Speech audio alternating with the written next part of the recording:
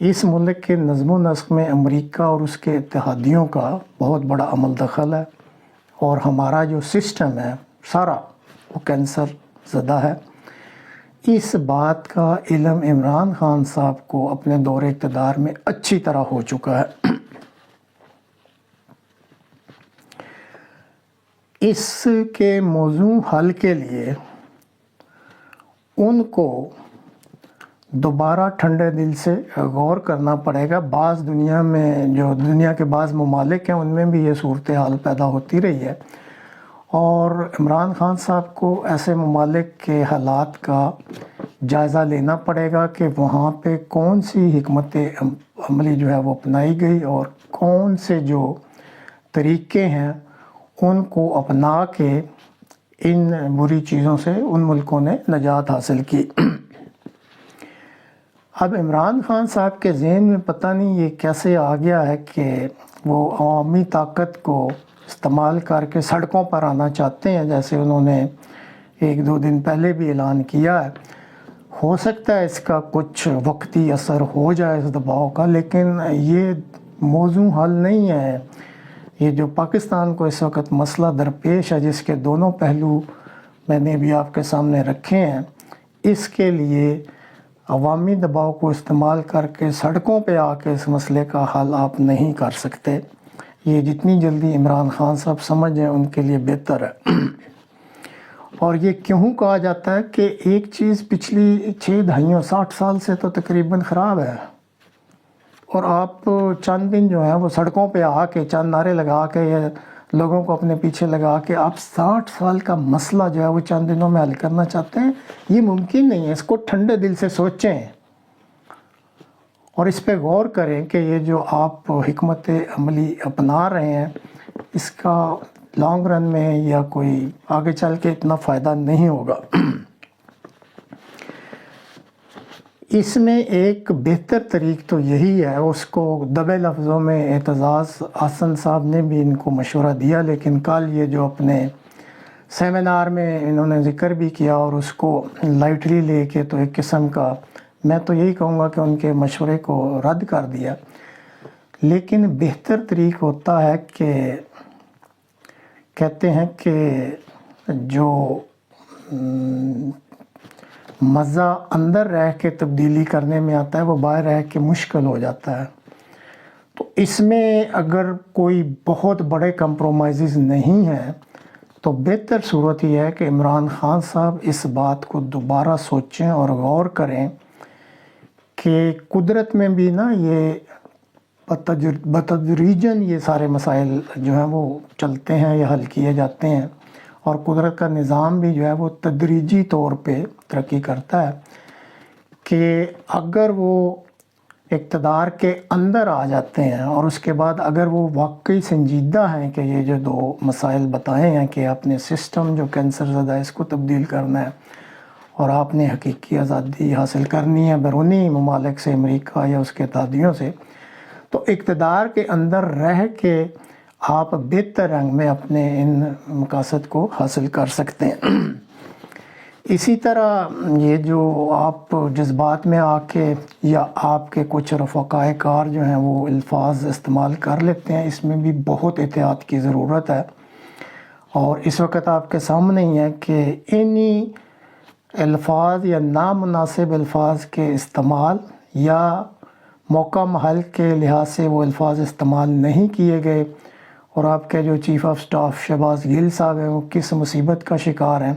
اور آپ نے بھی اپنے آپ کو مصیبت میں ڈال لیا اور اب آپ گہرے پانیوں میں غوطے لگا رہے ہیں۔ آرام سے بھی آپ توجہ دلا سکتے تھے کہ یہ جو سیشن جج صاحبہ ہیں یا جو اسلام آباد کی پولیس ہے، ان کو قوانین کے مطابق کام کرنا چاہیے، ورنہ پھر ہم ان کے خلاف قانونی چارہ جوئی کر سکتے ہیں۔ لیکن آپ نے نامناسب الفاظ استعمال کے جو اب آپ کے لیے وبال جان بن گئے۔ آپ کے ساتھ جو اس وقت لوگ ہیں اس میں اسد عمر اور پرویز خٹک صاحب کچھ متوازن مزاج اور مسائل کو سمجھنے کا نا بہتر ادراک رکھتے ہیں، تو بجائے ہر ایک سے مشورے کرنے کے یا ہر ایک کی جو جذباتی ہیں ان کے نعروں پہ جانے کے، آپ ٹھنڈے دل سے ان کے ساتھ اپنے مسائل جو ہیں وہ ڈسکس کیا کریں. امید ہے یہ آپ کو اچھا مشورہ دیں گے. اب اپنی باتوں میں آپ جو اداروں کے سربراہوں کا نام لیتے ہیں یہ بھی نامناسب ہے. میں نے اپنے شروع کے یہ جو باتیں کی ہیں اس میں آپ کو بتایا ہے کہ یہ جو سسٹم ہے کینسر زدہ، یہ 6 دہائیوں سے ہے، 60 سال سے. کیا جنرل باجوہ 6 دہائیوں سے فوج کے سربراہ ہیں؟ اسی طرح جو امریکہ ہے یا اس کے اتحادی جو اس ملک کے نظم و نسق کو چلا رہے ہیں، کیا وہ جنرل باجوہ کے دور سے چلا رہے ہیں؟ تو سن 58 سے چل رہا ہے. کل بھی ایک پروگرام میں بتایا تھا کہ لیاقت علی خان صاحب کی شہادت کے بعد سے ہی وہ ان ہوئے میں. تو اس لیے اگر کوئی موجودہ سربراہ اس کا آپ نام لے کے اس پہ الزام تراشی کرتے ہیں تو یہ ایک نامناسب طریقہ. آپ ایشوز پہ جائیں، ذاتیات میں مت آئیں. جنرل باجوہ صاحب ایک اپوائنٹمنٹ ہے، وہ ایک شخص ہے اور وہ ایک سسٹم میں ہے. ہو سکتا ہے ان کی بے تحاشا مجبوریاں ہوں، آپ سسٹم میں اس طریقے سے نہیں نکل سکتے یا آپ اپنی مرضی نہیں کر سکتے جو 60 سال سے چل رہا ہے. تو اس لیے آپ اپنی جو تقاریر کرتے ہیں یا جو بیانات دیتے ہیں اس میں محتاط رہیں. اس طرح آپ رانا ثناء اللہ صاحب ہیں یا زرداری صاحب کی آپ بات کرتے ہیں یا کسی اور کی بھی آپ بات کرتے ہیں، تو کیا یہ 6 دہائیوں سے ان پوزیشنوں پہ ہیں جو یہ آپ ان کو ہی وہ الزام دیتے ہیں کہ ان کی وجہ سے یہ سارا کچھ خراب ہے؟ تو ایشوز کو اگر حل کرنا ہے تو آپ کو ٹھنڈے دل سے ان ساری چیزوں پہ غور کرنا ہوگا. اور جیسے آپ کو بتایا کہ موضوع حل یہی ہے کہ بجائے 6 فرنٹ کھولنے کے یا کہتے ہیں 3600 فرنٹ کھول کے اور آپ سمائل دیتے پھر ملنا کچھ بھی نہیں ہے. عقل مند لیڈر یا عقل مند کمانڈر وہی ہوتا ہے کہ اگر اس کے سامنے ایک سے زیادہ محاذ آ جائیں تو پھر وہ پرائرٹائز کرتا ہے، ترجیحات اپنی ہیں ان کا فیصلہ کرتا ہے کہ میں نے پہلے کیا کرنا ہے اور بعد میں کیا کرنا ہے. تو اپنی ترجیحات کو وہ درست کر کے 1 بائی 1 جو کہتے ہیں ان مسائل کو حل کرنے کے لیے کوئی حکمت عملی بنائیں. آپ مثالیں تو دیتے رہتے ہیں، مجھے نہیں پتا کہ آپ نے گہرائی میں جا کے کہاں اور کتنا پڑھا ہے، لیکن کسی وقت فرصت ملے تو نیلسن منڈیلا صاحب کی 27 سالہ جو جدوجہد ہے اس پہ بھی غور کر لیں. ملائیشیا کے جو مہاتیر محمد صاحب تھے، جب وہ 1981 میں برصدر اقتدار آئے اور 2003 ان کو 22 سال لگے اپنے ملک کے معاملات کو درست کرنے کے لیے. اسی طرح یہ طیب اردگان صاحب ہیں، یہ پہلے میئر تھے جب استنبول کے، تو ان کے جو خیالات تھے وہ عجیب و غریب تھے اور ان کو پھر ہٹا دیا گیا اور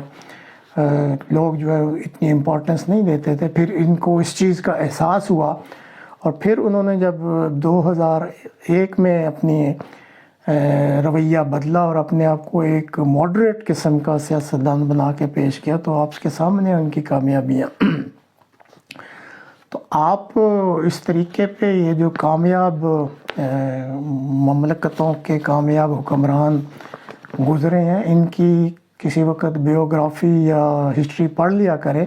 اور ان سے آپ سبق حاصل کریں کہ وہ کس طریقے سے چلتے تھے. یہ ہمیشہ فائدے میں رہتا ہے اگر انسان دوسروں کی مثالیں پڑھ کے ان پر عمل کرے، وہ جو کامیاب لوگ ہیں.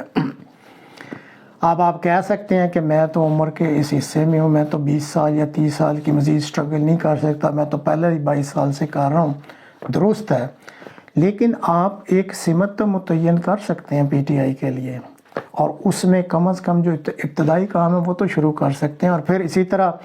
آپ اپنا جانشین جو ہے وہ تیار کرنا شروع کریں، لیکن اس میں دھیان رہے کہ ایک متوازن مزاج قسم کا جانشین جو بے شک زیادہ عمر کا نہ ہو، تو اس کو ٹریننگ دینی شروع کر دیں. کیونکہ اگر مقصد آپ کا اس ملک کی بہتری ہے تو ضروری نہیں سارے کام آپ اپنی زندگی میں ہی کر دیں، لیکن آپ ایک روایت سی ڈال سکتے ہیں یا ایک مثال پیش کر سکتے ہیں یا اپنا ایک مشن بنا سکتے ہیں، اور جو پھر کوئی آپ کا جانشین ہو وہ اس مشن کو لے کے آگے بڑھ سکتا ہے. لیکن یہ وہ لوگ کرتے ہیں جن کو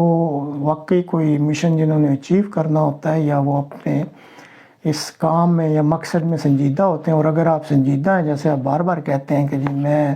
جب نہیں بھی تھا سیاست میں تب سے میرا یہ مطمع نظر ہے کہ میں نے اپنے ملک کے عوام کو بلند کرنا ہے، خوددار ملک بنانا ہے،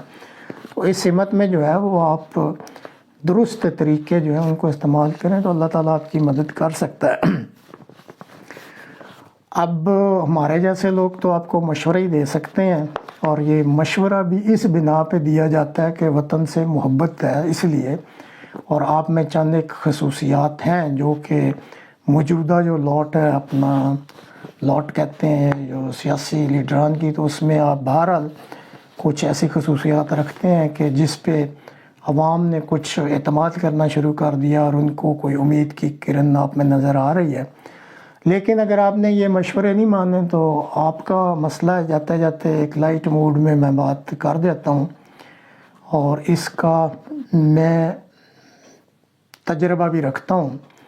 کہ ہماری کچھ ایجنسیاں ہیں، ایجنسیاں کہہ لیں،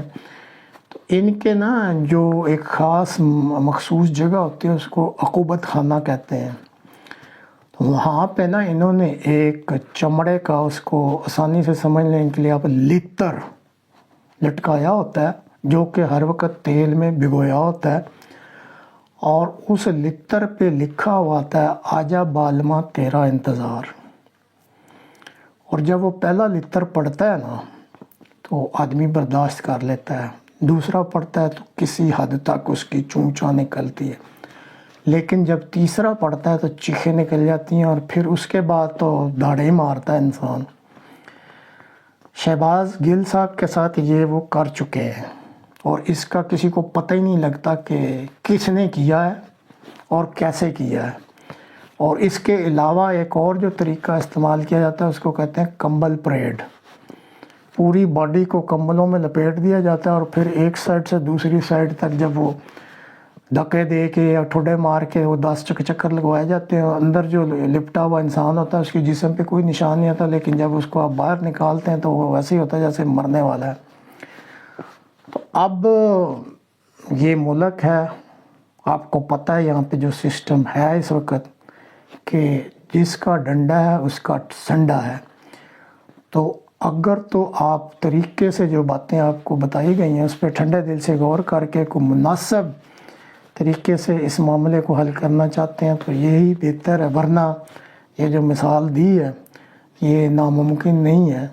کہ اگر آپ کے ایک چیف آف سٹاف پہ یہ حرکت کی جا سکتی ہے تو 3 دن کی آپ کی بیل ہے، کل کا دن گزر گیا، آج کا گزر گیا، پرسوں کیا ہوتا ہے، تو ضروری نہیں دکھ ہوگا ساروں کو کہ اگر آپ کے ساتھ بھی یہ سلوک کریں، لیکن پھر کہا ہے کہ جب سسٹم کینسر زدہ ہو، اور وہ سسٹم اس وقت کہہ رہا ہے کہ جس کا ڈنڈا اس کا سنڈا، اور اس میں کوئی تمیز نہیں پھر کی جاتی، تو بجائے اس کے کہ وہ عقوبت خانے میں جانا پڑے اور پھر کچھ باتیں سمجھ آئیں، تو اس سے پہلے ہی یہ سارا کچھ اگر ہو جائے، سمجھ آ جائے، تو کوئی ایسا رستہ درمیانی نکالیں۔ اعتزاز حسن کا مشورہ بھی برا نہیں تھا، دوبارہ اس پہ ٹھنڈے دل سے غور کریں، باقی آپ کی مرضی۔